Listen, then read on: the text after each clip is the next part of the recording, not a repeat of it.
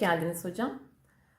Bugün anne baba ilişkisiyle ilgili konuşmak üzere okul öncesi eğitim alanında çalışan doktor öğretim üyesi Aysun Turukçu hocamızla birlikteyiz. Hocam size birkaç soru sormak istiyorum. İlk olarak postpartum dönem ve anne baba ilişkisini nasıl tanımlarsınız? Postpartum dönem, doğum sonu dönem dediğimiz dönemdir ve ebeveynlerin bebek bakımı vermesi, bebek için güvenli çevre oluşturması, bebekle iletişim kurması, yeni rolleri öğrenmesi, aile duyarlılığını geliştirmesi ve bebekle ilgili problemlerle baş etmesi gereken bir süreçtir. 6 haftalık süreyi içeren gelişimsel olan bu dönem sürecinde anne, baba, bebek ve tüm aile bireylerinin sağlıklarının korunması ve geliştirilmesi çok kıymetli. Bebeğin sağlıklı bir gelişim gösterebilmesi için de bebek annesiyle, babasıyla ayrı ayrı iletişim kurabiliyor olmalı. Ayrıca bebeklerin üçüncü ebeveynleri olarak ifade edebileceğimiz anne baba arasındaki ilişkinin de bebeğin gelişiminde oldukça fazla etkisi var. Postpartum döneminde ebeveynler anne baba rollerine ve bebeklerinin bakımlarına uyum sağlama süreci içerisinde. Bu süreçte alınan sosyal destek, ebeveynlerin gösterdiği performanslar ve kendi iç kontrolleri onların yaşam kalitesini de olumlu yönde etkiliyor. Ancak bu süreçte anne ve babanın yaşadığı stres, anksiyete, iç kontrol kaybı, performans yetersizliği gibi duygularda anne ve babanın yaşam kalitesini, buna bağlı olarak da anne baba ilişkisini olumsuz yönde etkilediğini söyleyebiliriz. Konuyla ilgili yapılan araştırmaları incelediğimizde de annenin eşi ya da partneriyle ilgili olumsuz ilişkiye sahip olması annenin yaşayabileceği postpartum depresyonunu etkileyen faktörlerden bir tanesi olarak da ifade edilebiliyor. Hocam az önce postpartum döneminde anne baba ilişkisinden üçüncü ebeveyn olarak bahsetmiştiniz. Peki anne baba ilişkisi nelerden etkileniyor? Yeni doğan döneminden itibaren bebekler içinde bulundukları ortamın duygusal atmosferini hissediyorlar. Bu sebeple de öfke, hayal kırıklığı, yas, kayıp duygularının hakim olduğu bir ortamda bulunuyorsa bu yeni doğan, bu duygularla da büyümesi kaçınılmaz oluyor. Bebeğin dünyayı tanımasına etkili olacak ilk aynası çoğunlukla annesinin yüzü. Güvende ve iyi hissedebilen bir bebekten bahsetmek istiyorsak da bu aynaya bakan annenin olumlu duygu ve düşüncelere sahip olması gerekiyor. Eğer anne olumlu duygularını yansıtabilmesi için her şeyden önce de annenin olumlu bir ev yaşantısına ve çift ilişkisine sahip olmasını bekliyoruz. Ancak şöyle bir durum da var. Bir kadının olumlu bir ev yaşantısı ya da çift ilişkisi varsa bu kadının sorunsuz bir gebelik, sorunsuz bir doğum sonrası dönem geçireceği anlamına da gelmiyor. Çünkü doğumdan sonra ilk birkaç haftada yeni annelerin yarısından fazlası %50'si 85'i doğum hüznü dediğimiz bir süreci deneyimliyorlar. Peki bu süreç ne? Doğum hüznü süreci hormonal değişiklikler ve yeni annelik deneyimiyle ilişkili bir süreç. Yeni doğum yapmış annenin hormonal durumundaki ani ve dramatik değişiklikler onu normalde kolaylıkla baş edebileceği faktörlere karşı daha da duyarlı hale getiriyor. Bu sebeple de bu sürecin normal olduğu eğer ebeveynler tarafından bilinmezse de yeni anne baba rolüne sahip kadın ve erkek kendi aralarında sıkıntı yaşayabilir. Postpartum dönemde anne ve baba rollerine uyum sağlamaya çalışan çift her zaman olduğundan daha da çok desteğe ve huzura ihtiyaç duyuyor. Burada evlilikte daha önce var olan ama üstü örtülmüş, idare edilmiş sorunlar varsa postpartum dönemde daha da fazla su yüzüne çıkabilir diyoruz. Ebeveynlerin sahip olduğu inançları, örf, adet gibi değerlerdeki farklılıkları, hayattan beklenti düzeyleri bebeğin dünyaya gelmesiyle daha da farklı bir değişkenlik gösterebiliyor. Bununla birlikte partnerler arasında mizaç ve kişilik farklılıkları da postpartum dönemde kişinin kendisine farklı sorular yöneltmesine sebep olabiliyor. Ben nasıl bir partnerim, nasıl bir eşim, eşime ben nasıl davranıyorum ya da eşimden nasıl bir davranış bekliyorum sorularını daha fazla yöneltmeye başlayabiliyor. Yapılan çalışmalar doğum sonrası süreçte kadın bebeğine, postpartum rahatsızlıklara, ailedeki yeni düzene, vücut imgesindeki değişikliklere uyum yapmak zorunda kalıyor. Bu zorunluluk da bu dönemde annelere yeterli desteğin sağlanmaması durumunda anneye bedensel ve ruhsal sağlıklarında olumsuz bir etkiye sebep olabiliyor ve onların yaşam kalitesini düşürüyor. Kadın her zaman olduğu gibi bu dönemde daha da verici konumda. Örneğin sütünü yetirmeye çalışıyor, sütü olmazsa daha fazla stres oluyor, dışarıdan gelen sesleri duymamaya çalışıyor. Acaba bebeğime yeterince bakabilecek miyim, bakamayacak mıyım endişesi yaşamaya başlıyor. Bu durumda da bir anne olarak kendisinin yeterli olduğu konusunda güven kazanması gerekiyor ve bu bir haklı istek aslında. Bu talep ettiği güven ortamında da ev ortamında sağlayamazsa ya da hane dışından müdahale önlenmezse, nedir bu hane dışı müdahale? Kadının ve erkeğin anne babasının sürekli bir şekilde karışıyor olması gibi diyebiliriz. Bunları önlemediği noktada da yine yeni anne babanın ebeveynlik ilişkisi sekteye uğrayabiliyor. Doğum sonrası dönemde eşler ya da partnerler eski düzenleri bozulduğu için tırnak içerisinde birbirlerinden beklentileri değişebiliyor, rol ve sorumluluklarında artış oluyor, çocuk sahibi olmuş olmaları sosyal yaşamlarında değişikliğe sebep olabiliyor. Eğer anne daha öncesinde çalışıyorsa bir müddet iş yaşamını ikinci planda tutmak zorunda kalıyor ve daha çok eve kapanıyor. Sosyal ve iş yaşamının kısıtlanması da annede bir şekilde strese sebep oluyor. Bununla birlikte de eşin ilgisinin tamamen bebeğe yönelmesi birçok baba için de stres kaynağı olarak ifade ediliyor. Bu noktada eğer aile bağları iyi değilse, bir problem söz konusu ise eşler ve partnerler arasında ilişki sekteye uğrayabiliyor. Bu beklendik bir durum. Bu noktada peki ne yapmalılar? Partnerler arasında aşırı genelleme durumu söz konusu olabiliyor. Nedir bu aşırı genelleme? Sen hep bu şekilde davranıyorsun zaten. Sen beni hiç anlamıyorsun. Bebeği tutabileceğim konusunda bile sen bana hiç güvenmiyorsun ki gibi aşırı genellemeler yapmak. Aşırı fedakarlıklarda bulunmak. Mesela eşim işten geliyor zaten, gün boyu yoruldu. Bebekle akşam da ben ilgileneyim. Bir dakika dur yemeği o gelene kadar hazırlamış olayım gibi aşırı fedakarlıklarda bulunma. Ya da birbirini değiştirme gayreti, geçmişi tekrar yaşatma hali, keşkecilik durumları, mutlakacılık dediğimiz durum. Nedir bu mutlakacılık? Melimalı kuralları aslında. Sabah kalkıp bana yardım etmesi gerekiyordu, evi çoktan süpürmüş olmalıydı gibi. Ya da işi yokuşa süren ifadelere çok yer veriyor olması. Ne yaparsan yap geçti artık durumları. Eğer çok fazla gündeme geliyorsa o ilişkinin bir yerinde muhakkak zedelenebileceğini söyleyebiliriz. Bu noktada vurgulamam gereken aslında en önemli nokta şu ki bir ilişkinin emek, zaman ve destek istediğini her zaman hatırlamakta yarar var. Peki hocam, postpartum dönemde daha da hassaslaşan partnerler arası iletişimin ya da ilişkinin düzeltilebilmesi için neler yapılabilir? Bu dönemde taze anne ve taze babanın bu yeni rollerinde kendilerini iyi hissedebilmeleri için en önemli gereksinimlerinden birisi eşler arası onay, karşılıklı onaylanma, kabul etme, hoşgörü ve desteğin yeterli olmadığı ailelerde sorunlarla karşılaşmak kaçınılmaz oluyor. Burada vurgulanması gereken önemli noktalardan bir tanesi aslında çatışma. Çatışmanın ilişkinin doğasında olan, ayrıca çifte ve aileye büyüme ve gelişme için fırsatlar sunan, kaçınılması mümkün olmayan bir gerçek olduğunu hatırlatmak gerekiyor kendimize.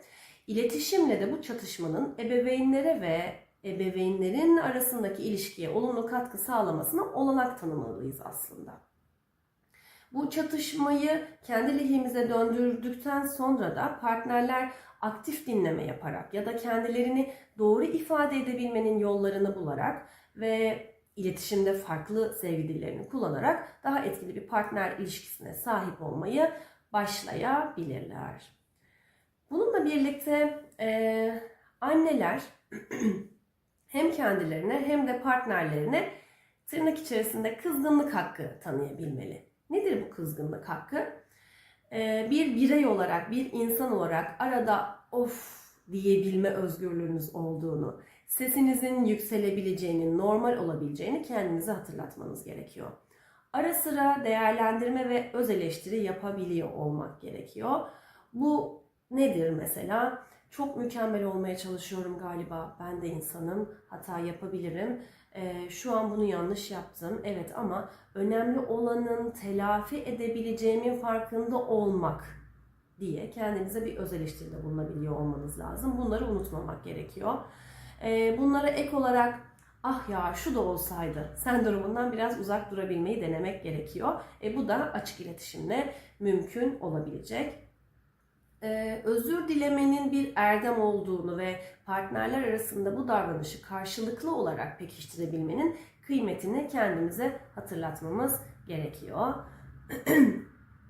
Son olarak da eşinizin ya da partnerinizin aldığı kararlarda ona cesaret veriyor, onları takdir ediyor olmanız lazım. Peki bu ayrı bir yük mü sırtınızda? Hayır, benzer şekilde sizin de bir kadın olarak ya da bir erkek olarak partnerinizden, eşinizden bu cesarete, bu takdire her zaman, her koşulda ihtiyacınız olduğunu karşınızdakine dile getirmekten çekinmemeniz gerekiyor.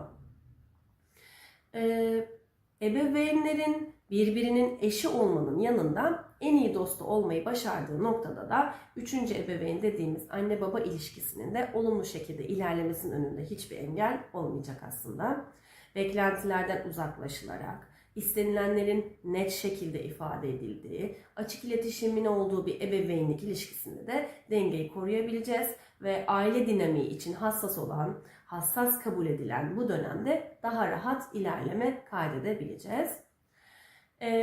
Bu önerilerin her aile, her birey için birebir uygulanamayacağını lütfen aklımızdan çıkarmayalım. Çünkü her bebeğin biricik olduğu gibi her ebeveynin ve her ebeveynin sahip olduğu ilişkinin de biricik olduğunu kendimize hatırlatmamız gerekiyor. Oldu ya kendi içimizde, kendi ilişkimizi çözümleyemediğimiz bir noktaya vardık.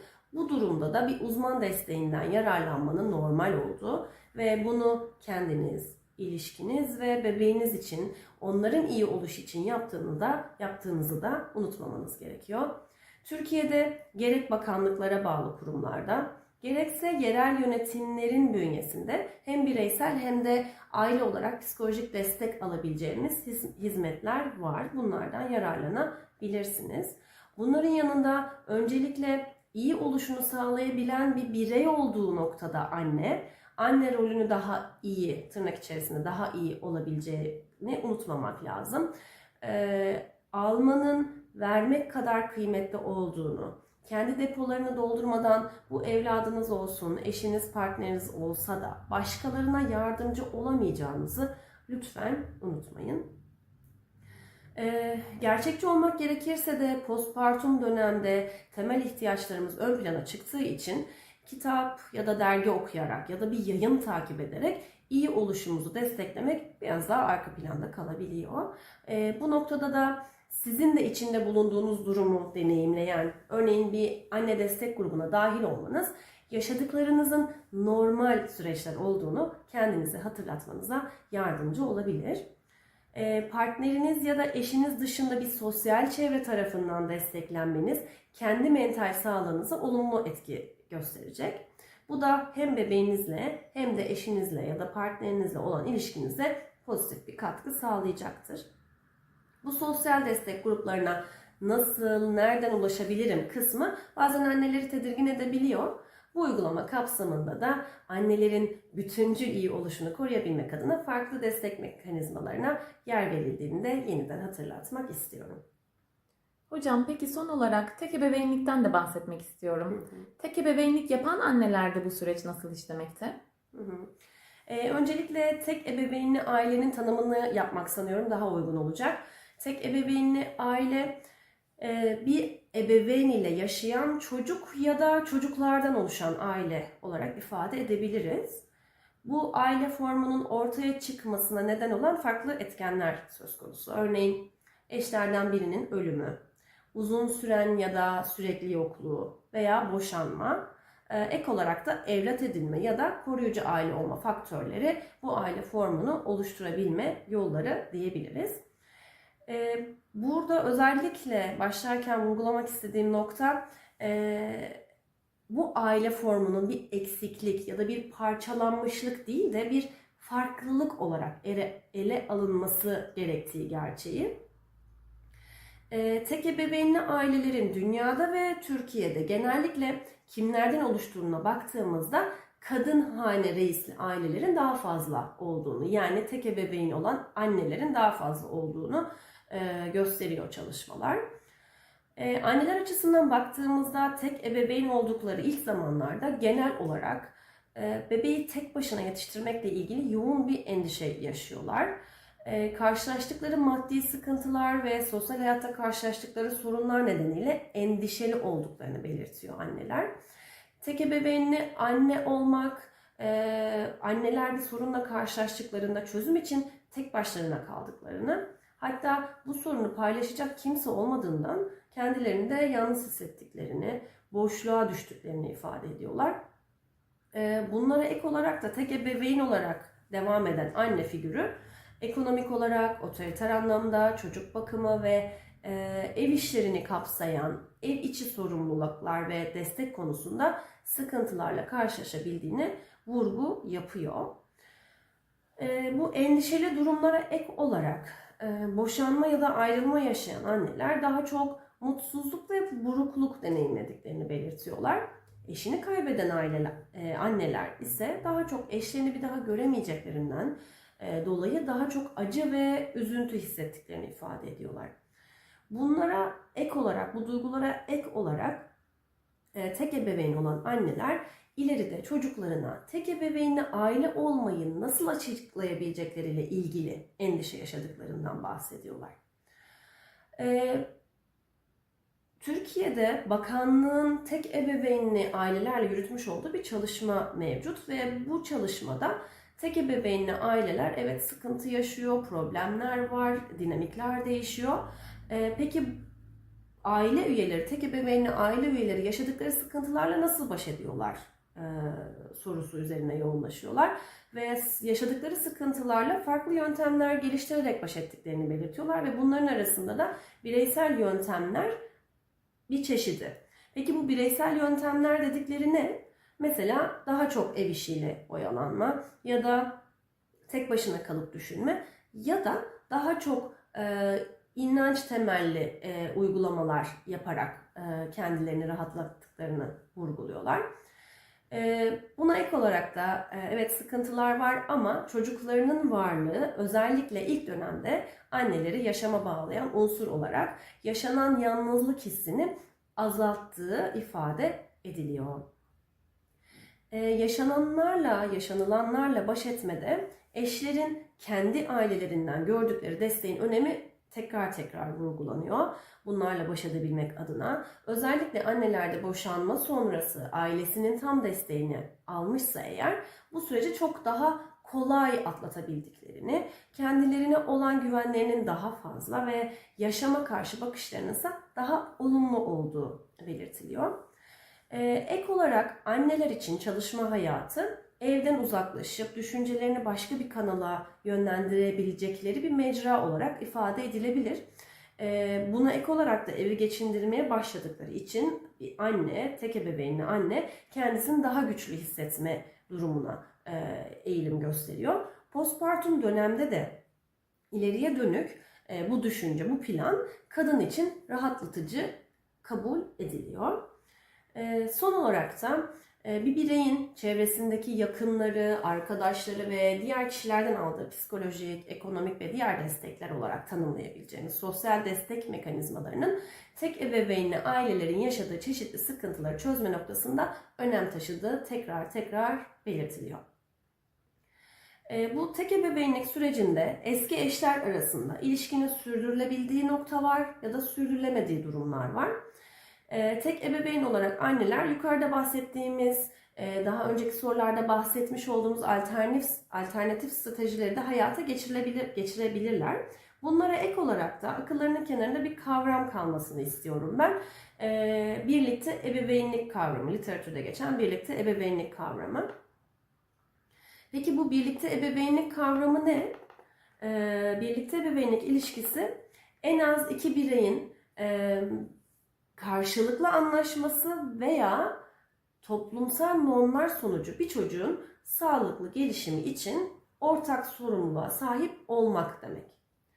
Birlikte ebeveynlik ilişkisinde çocuk yetiştirmeyle ilişkili olan konular var. Ebeveynler arasındaki ilişkinin duygusal, cinsel, ekonomik ya da yasal yönlerini vurgulamıyoruz. Bunları içermiyor. Yani tek ebeveyn olan anneler de birlikte ebeveynlik ilişkisiyle süreçlerini devam ettirebilirler. Çünkü birlikte ebeveynlik çocuk yetiştirme konularına odaklanıyor. Çocuk yetiştirme konularına odaklanarak ilişki kalitesinden veya eş desteğinden farklılaşmanın yanı sıra ikili yani anne baba, anne çocuk ya da baba çocuk, buna ek olarak da en az üçlü bir destek, yani çocuk ve ebeveyn etkileşimini kapsayabiliyor. Annelerin bunu akıllarında bir kenarında tutmasını rica edebilirim. Son olarak da her türlü ilişkinin temelde emek ve zaman gerektirdiğini hatırlatmak lazım. Annelerin öncelikle bir birey olarak kendilerine yatırım yaparak kendisine ve çevresine destek olabileceğini unutmaması gerekiyor. Sevgi ve huzur dolu bir aile ortamı içerisinde yaşayabilmek umuduyla teşekkür ediyorum. Hocam biz teşekkür ederiz. Soracaklarım bu kadardı. Verdiğiniz bilgiler için tekrar teşekkür ederim. Teşekkürler, hoşça kalın.